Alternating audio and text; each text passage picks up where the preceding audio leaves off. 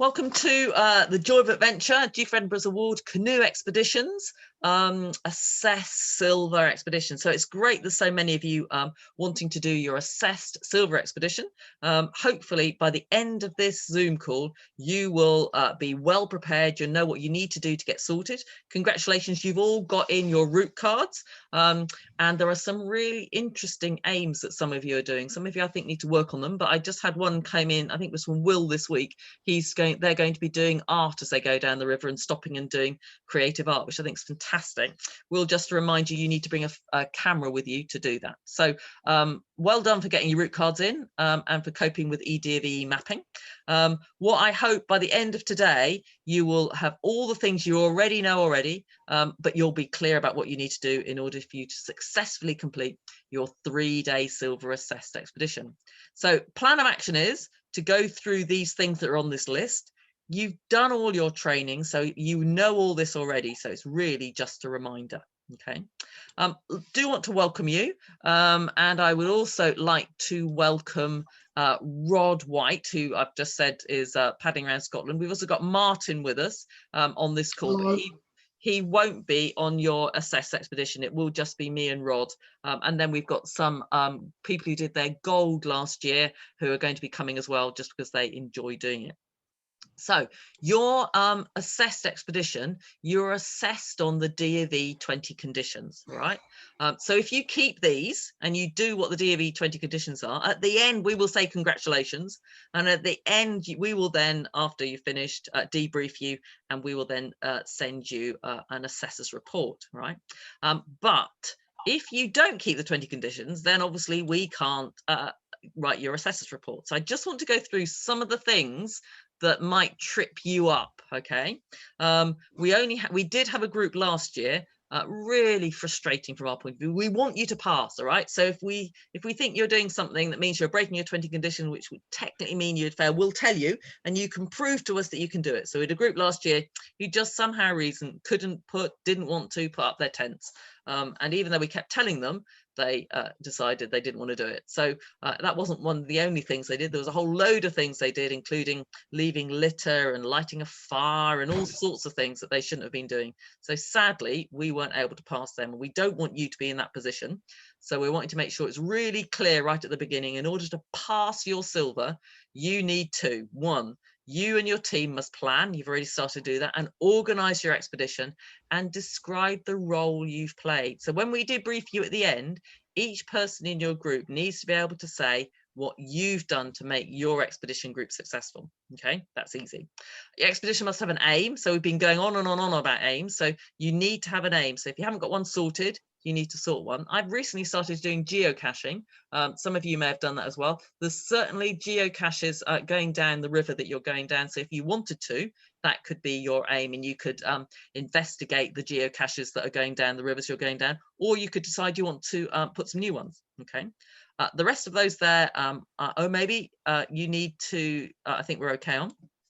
7 here, gold expedition, where you're doing the silver expedition. So silver expedition is 3 days and it's 2 nights, and you've got to do 7 hours of activity. Okay, so if you're doing 7 hours of activity, and actually because of where the campsites are and the river is flowing faster, you may need to get out of your boats and go and do a walk and go and explore something, because as the assessor will want to know what you've done with your time. You just can't sit on the side of the bank and go sunbathing. You need to be able to show what you've done. Okay, and going for a walk, going and exploring other things around, and the bits of the river you're going down are beautiful. So I think you'll have a great time doing that. Expeditions are by your own effort. Okay, expeditions are unaccompanied and self-sufficient and properly equipped. So that's really, really important. Your expedition is your own effort. You're not going to get pulled along by somebody else. You're unaccompanied. So from a parent's point of view, we're not with you. That's why we've trained you. They're self-sufficient. That means you bring everything with you. Okay, so everything that's in your blue barrels at the start is what you need, and you need to be properly equipped. So we'll go through, we'll talk about kit in a minute, but if you don't bring the right kit with you to keep yourself safe and warm, it may be we say to you, really sorry, you can't come. Teams must possess the necessary fitness, first aid training you've done, Fitness, hopefully you feel fit enough, and the expedition sails complete the expedition safely. So we've trained you. So as long as you can remember them, then you should be good to go. All right. On that level, in the Dropbox, and you've all had the link for the Dropbox, is a skills checklist. So skills checklist has a list of all the things we've trained you in, all the things you know you should be able to do. You should be able to print that off and say, yep, can do that, do that, do that, do that. Okay. You can then take a photo of that and put that onto your eDofE expedition page. But also it will also help you think, oh, I can't quite remember how to do that. So you can either Google it, or you can ask us a question if there's something there you can't remember. All right, because it's really important that you come on at the start of your expedition everything ready, so you know what you're doing and you know where you're going and you've got everything sorted. Other ones of these conditions, group must adhere to the mobile phone policy. You all know what the mobile phone policy is. I will go over it again, but that's one of the 20 conditions. Participants must behave with respect. So that's respect to those in your group, respect to us as a team, respect to the communities, respect to the environment. So if you leave litter, that's breaking number 16, respect the environment, but also number 17, countryside code. 18, you should plan and cook appropriate food each day. I'm going to talk about food in a minute, but food was a big thing on canoe expeditions, and you can have a great time because it goes in your barrels. It's easy for you to do. 19, must participate in a debrief, so you can't just stand there and observe. You need to take part. And number 20, you have to do a presentation. Now, the likelihood is that you will do that to somebody in your school. So your form tutor probably be delighted for you to do your presentation to them, but this section isn't completed until you've done your presentation. Okay. So next one, if you've done all of that, congratulations, you've passed. Yes, well done. Okay, that's what you get. All right, and then we then send you an assessor's report, and you then put that onto your eDofE account. Okay, so for us to get there, what do you need to do? So between now and then, what are the things you've got to plan? Okay, so first thing I want to talk about is COVID and canoeing. You all did your training and practice expedition, or your bronze expedition, during COVID, so you'll be aware of that. There's a few changes, but I'm just delighted that we're able to run the expeditions. As you know, last year we got the green Visit England good to go at Kite Mark, and that means that people can have confidence in what we're doing, but it also shows that actually these are good things to be doing. So on your expedition, in your groups, you will be camping just with your group, okay? And like last time, we'll have ropes up between the areas so that you know that this is your area, and your tent will be at least 2 meters away from anybody else's tent, and your toilet will be the one that you use, and you won't use somebody else's. Everybody will camping in individual tents. I've got the list of those people who want to borrow tents from the school. I've actually already got the tent, so that's really good. So you'll be camping in your individual tents. If you're using a family tent, or it's one that you're borrowing from a friend, please make sure you put it up before you come on expedition, just to make sure you've got the right poles and pegs and all the rest of it to go with it. We had somebody turn up last year with a tent that didn't have all the right bits and pieces, and therefore it was a bit of a nightmare for them. The same with your, so talking about COVID, you are going to be individually cooking. We've done a whole load of YouTube videos about different food ideas. So if you aren't sure on what to bring, have a look at those YouTube videos, because it will give you lots of different ideas of what to have for breakfast, what to have for lunch, what snacks to have, and what evening meals to have. But again, you're cooking individually. If you're borrowing a stove from the school, I will bring the stoves with me, okay? But you will need to bring your own gas, and I will tell you what gas you need to get. When you return the stove needs to be spotlessly clean. Hopefully they're spotlessly clean when you get it, but even if it's not, you need to make sure it's spotlessly clean when you hand it back. So that does mean you need to bring something with you in order to make the stove really nice and clean at the end. From the COVID point of view, you did it last time, you need to bring a bowl with you that you can do your washing up in. I quite like having a tub that I can put a lid on it, and then I can keep in there my hand gel, I can keep my toilet paper in there, I can keep my soap in there, so it's all nice and contained. You also might want to put some doggy bags or nappy sacks in there, so that if you have to go to the toilet when you're going down the river, you can put the toilet paper into the nappy sack and then put it into the toilet bins when you get to the campsite. And that's the same with sanitary pads. If you're using those, girls, you can put those in. Talking about that, I had a great conversation which we filmed with 3 girls who completed their gold DofE, all of whom were on their periods during their expedition, and they explained what they did. So that's on our YouTube channel. You can have a look at that. You might, girls and parents might find that useful. Another COVID thing, all the paddles are numbered, as you know, all the buoyancy aids are numbered, and you will therefore have your own. And so there will be no transmission that way. And the same with boats. You'll know which is your boat, and you'll be able to keep your boat clean. So don't forget to bring the large sponge with you so that you can clean your boat out. So every person should have a sponge, which means there should be 2 sponges in each boat. Okay. This is a summary of what we've said. Okay, so from a COVID point of view, people will be in their own tents, they'll be cooking their own food with their own cooking equipment. You'll be your own expedition food, you'll have your own gel. We are saying 1 face mask a day. The only reason we think people might need to use a face mask is if you're helping somebody put up their tent, then you could well be closer than 2 meters, which would be good.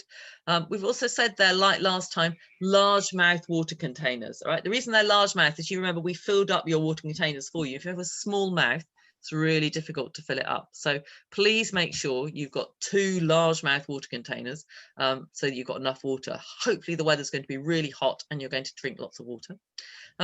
You also need to bring a permanent marker pen and the waterproof your maps. All right, you've all done route cards, and therefore on eDofE you can print off the maps from eDofE. You do need to make sure that if you're going to do it from eDofE, they're in color and they're big enough for you to be able to use. Okay, so they need to look like OS maps, the 1 to 50,000 maps, so that you can actually use them on the river, not just road maps, which sometimes people have printed off.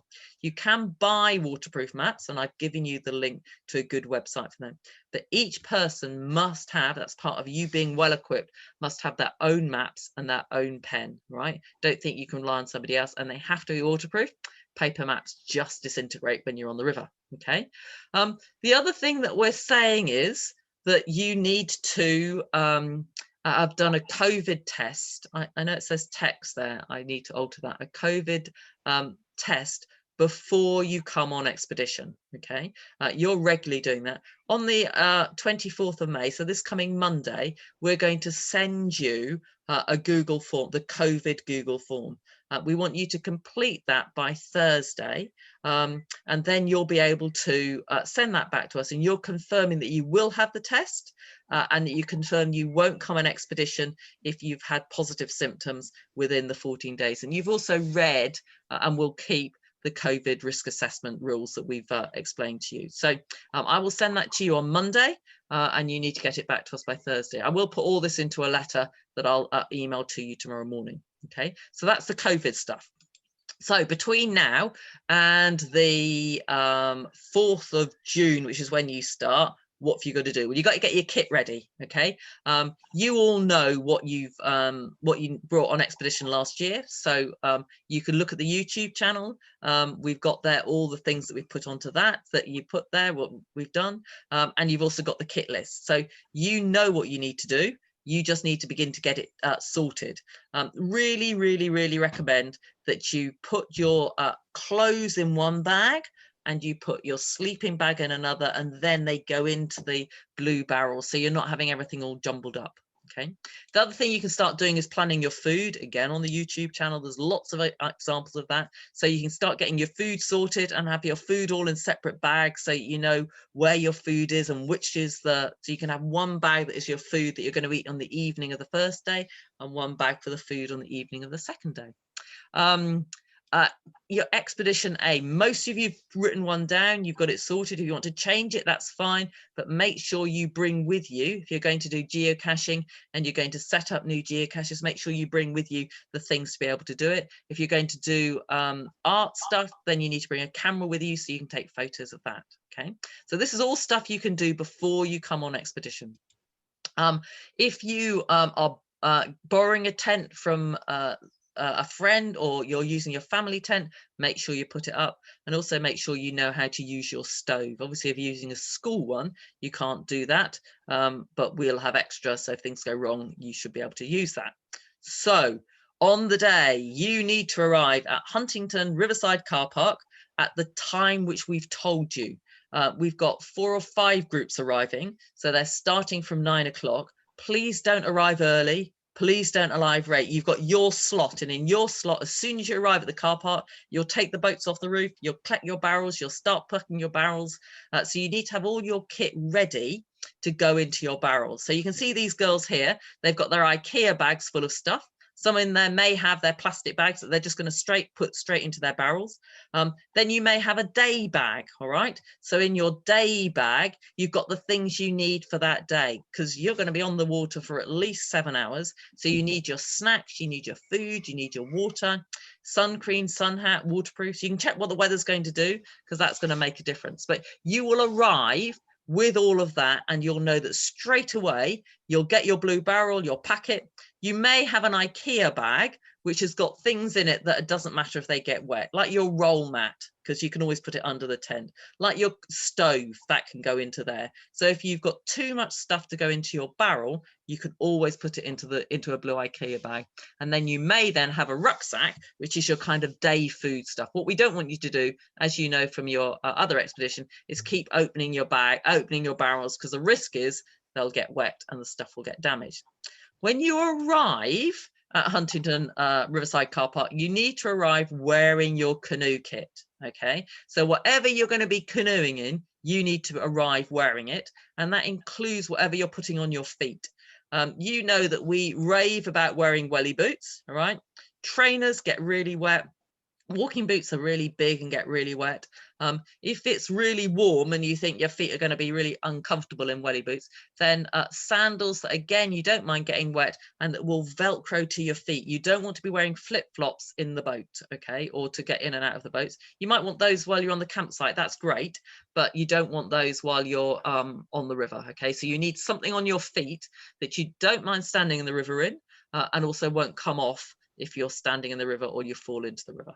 Okay. All right, on our YouTube channel, there's a whole load of films that we've done about kit and about food, so you can remind yourself there, and you can make your own decisions about what you need to bring. So this is interesting. This girl's obviously it's warm, yet she's got her waterproof trousers on. So just remember, you're not used to being outside all day every day. Having a big hat is great because the sunlight reflects off the water. Let's hope you're going to be really warm, but just come prepared so you don't get too hot or too cold. So you're going to come to Riverside Car Park. Please come at the time that we tell you to come. You'll then load the boats, and they need to be floating, as you know, and then you'll paddle off downriver, okay? And we will then meet you as you go downriver at various checkpoints. Okay, you'll paddle off downriver. There's lots of locks, okay, and we'll guide you to go through the locks. The last lock you go through is the Hermitage lock, which is this huge lock, and that takes you from sea level, where you often see the seals, right then down into the fens, and you go then from the River Ouse onto the Old West. So it's a river that used to flow west and now flows east. Okay, so on the first night you're going to camp at Flatbridge Farm. I know there's some people, the Silvers, who did this last year because you were the ones who didn't fit onto the other dates, but you'll be at Flatbridge Farm, really nice campsite beside the river. And then the next day you'll paddle off down the river, and you will go through Streatham. So it's a lovely wiggly bit of river that goes down there, quite narrow. And then you'll join the cam, and you will go up to Upware, and you'll camp then at Duckett's Farm at Upware, which is right on the riverbank. It's lovely, and the sun sets opposite. So hopefully you'll have a beautiful sunset, and you'll have a lovely evening there at Duckett's Farm on the Great Ouse. Next day, you often get up really early. Most people do on this day, and you then paddle up the cam, and you go through Waterbeach, and you go through Waterbeach Lock, Bottisham Lock, and then you go through Batespite Lock, and it's your bit of the Ouse that probably you've walked along or you've been on anyway, and then you will be ending at Chesterton. Okay, so the end point at Chesterton, we will then, there's a place there where your parents can park. We send you, it's the Riverside car park in Chesterton. And we will then debrief you. You will then take your boats and get them all clean and get them back on the trailer, and you'll clean out the barrels and you'll make sure they're all nice and clean. And then hopefully you will have completed, we'll debrief you. Hopefully you will then completed all your 20 conditions. We debrief you, the boats, the barrels are clean, you're all packed, and we can say, yes, you've made it. Congratulations, you've completed your silver assessed expedition. And we will then send you your assessor's report. You will then just have to do your presentation to somebody. Okay, so that's the kind of the expedition part of it. Just a few things to remind you about. We don't have many rules. I don't like rules, I like guidelines, but we do have a few.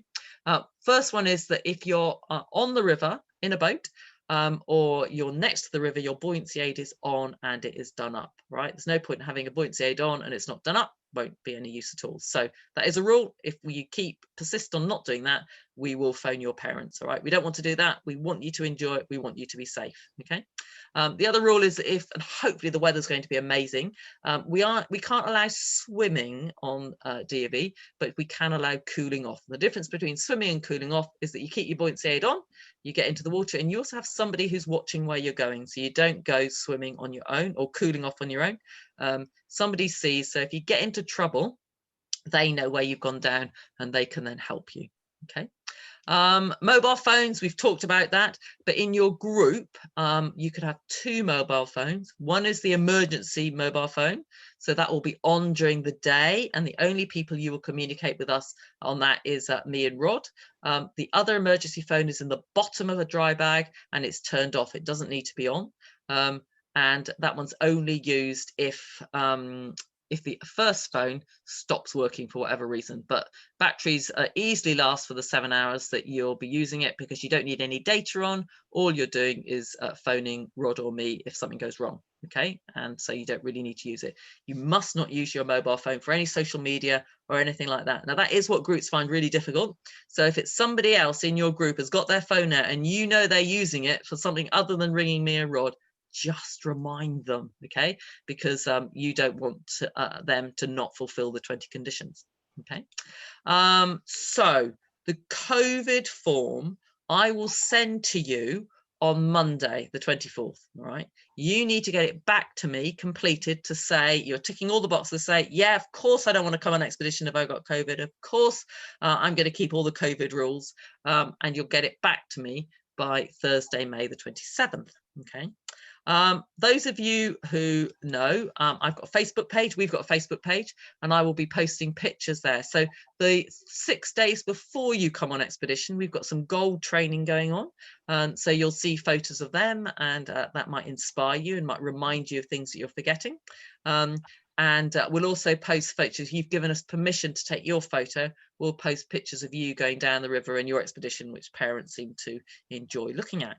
So I think that is just about all the stuff that I need to say, apart from saying that I will send you a letter which basically has a summary of all of this into it. It has a reminder to you of the Dropbox link and of the YouTube, so that by the time you've listened to all of this and you've read all of that information, you've got everything that you need so that you can successfully plan for your expedition, prepare for it, and then turn up at the time we've told you at Riverside Car Park to then do your 3-day expedition, to then end in Chesterton, having completed it. Okay, so I'm going to end the recording now, and then we'll take any phone call, any questions that people have made.